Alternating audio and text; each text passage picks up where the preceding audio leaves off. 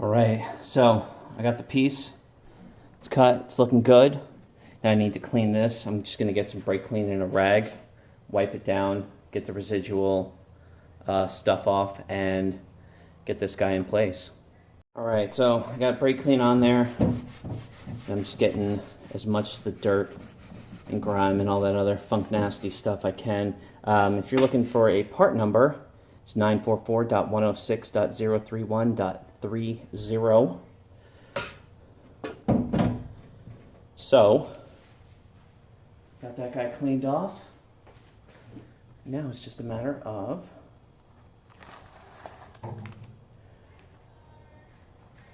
we're going to take this guy right here.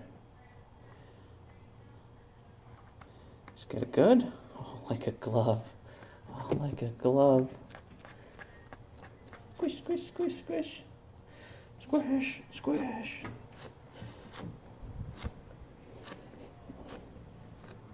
Right. That's looking mighty fine, might I do say so myself. Now, I can start putting it back together.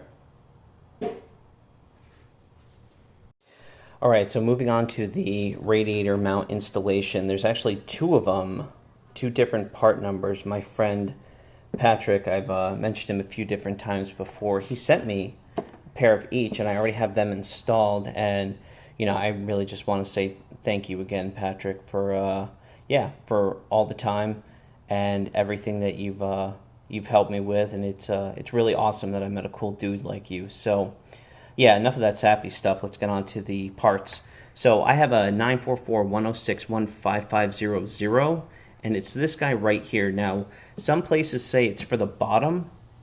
I am not able to get this on my 84NA. This does not fit. The larger piece goes on top, where the 944-106-15300, which is smaller, fits perfectly on the bottom, but it's way too loose on the top. So I just want to give you a side-by-side. For me, part number 15300 goes on the bottom, and part number 15500 goes on the top. If anyone else has ran into that issue before, shoot me a comment, or if there's something I'm doing wrong. But they say this is for the bottom and this is for the top, but the only way I've been able to get mine to fit correctly is the smaller ones on the bottom and the larger ones on top. So I'm going to continue on that way. Alright, so I have my radiator resting right there, working in flip-flops, and there is the hose piece for it. There's the other mount I gotta get rid of. And so there's one. Now there's the part number, what was it, the 330 I said it was. I already got that installed, and it was pretty cut and dry. Damn it, of course that's gonna happen. Alright. So it just slid in there, and then I was able to rotate it. And I mean, that's in there beautifully. So I have my two bottom mounts in, and I'm going to reseat my top mounts. I already have I already got the big guy on here. And it's just a matter of sliding that in like so. Come on, Buster.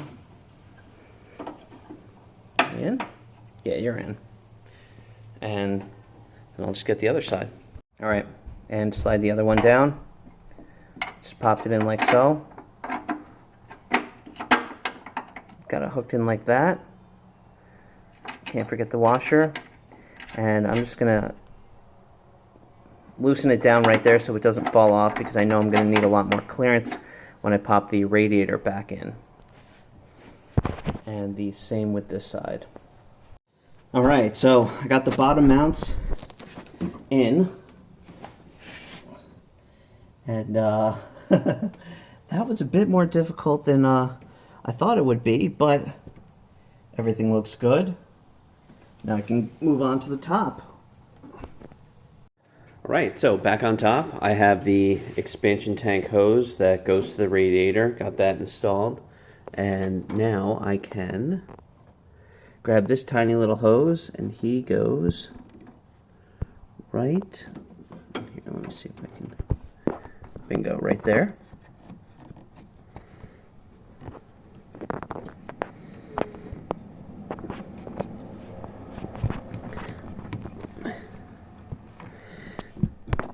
And next is to plug the connectors in.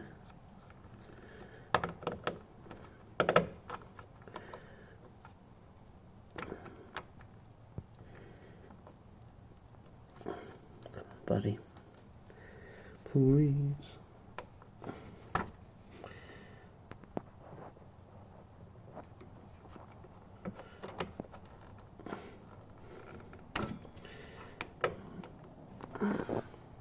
All right, so underneath the car, I'm going to get the radiator fan switches plugged in. First one, be right there. Just wiggle that guy in there. Perfect. Now I grab the other switch here.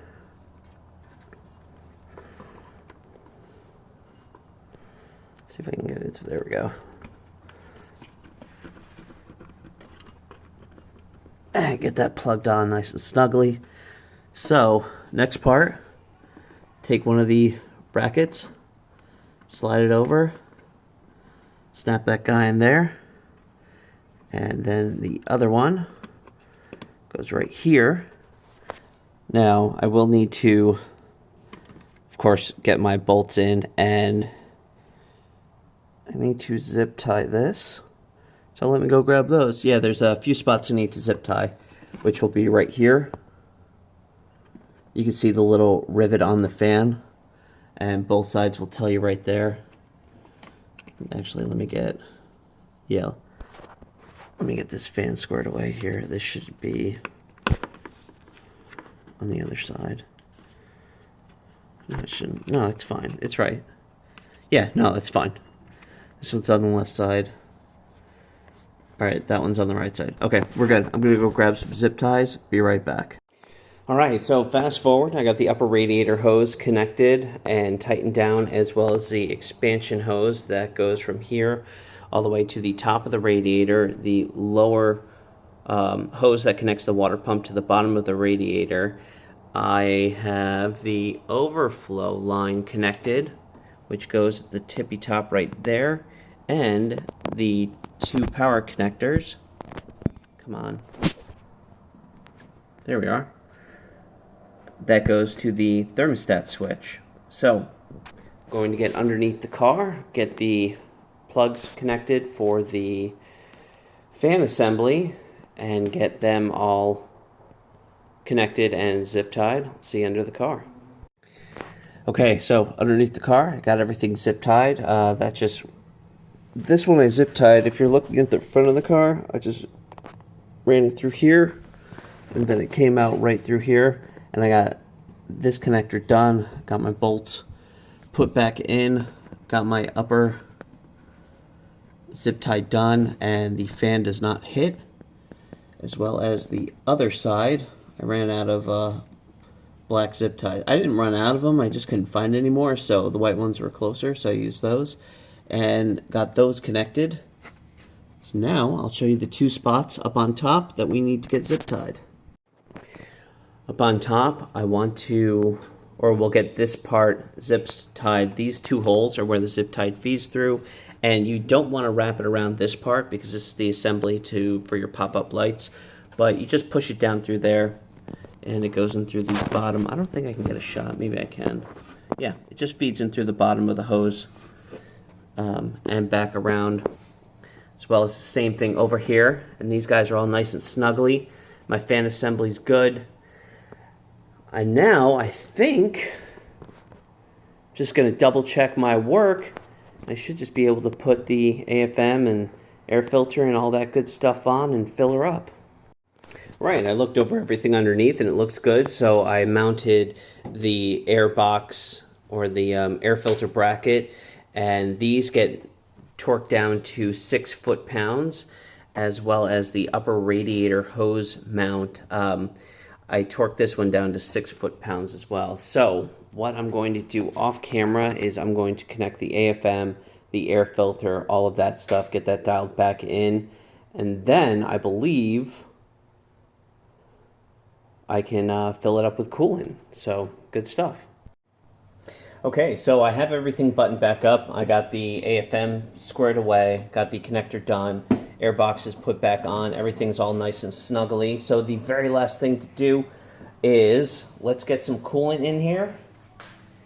I'm using Xerox G05. It's 100% safe for aluminum engines, which is what we have.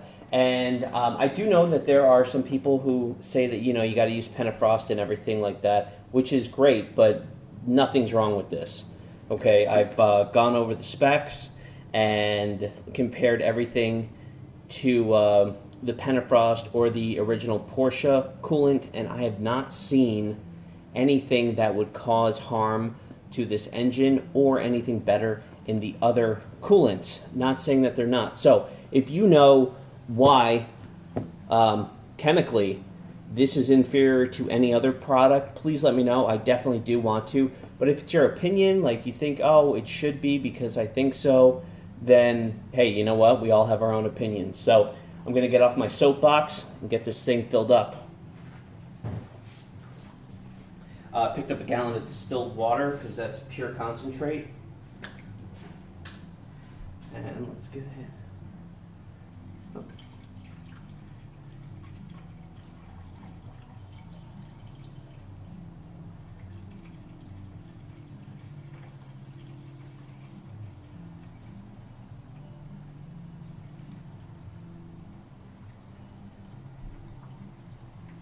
All right, so I hear it fill up, and I always get nervous every time I do that because I think I don't have something connected and all the fluid and everything is just going to go everywhere. Not sure. Hold it up too fast. Not sure if you guys get that feeling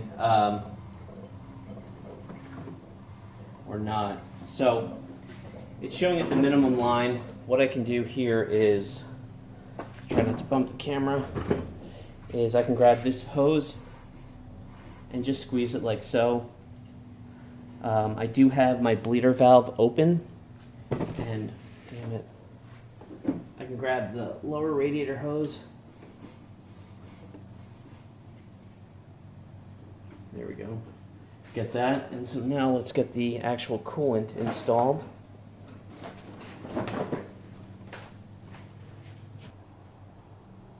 Try not to spill it. Like a glove.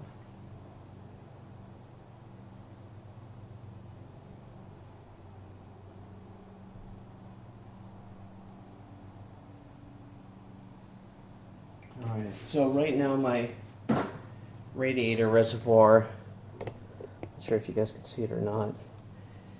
Here, let me actually pull this off. So right now the radiator reservoir is showing at the maximum, and I can just go down here, and squish the hoses and try to get as much as that air out of it as possible. There we go. So I just opened up the bleeder valve and you can see it starting to go down. So I just unscrewed that guy, squeezed on this guy right down here, and yeah, it's going down. So I'm going to fill this up, and at that point I'm going to start the engine, make sure everything's good. Alright, so I got everything buttoned up, I got the coolant in there. Now all I need to do is start the engine, get it up to temperature, get the air bled out, and I think we should be good to go. Alright, so I got the engine up to temperature, the fans are on, it's spinning, my coolant level is overfilled, so I got to pull some of that out, but it's actually overflowing there. So I overfilled that, but got everything twisted down. There's just the coolant from there. I'll have to get that cleaned off. yeah, everything looks good. Everything's nice and quiet. And I will give her a nice drive. And hopefully everything works well. Thanks for watching.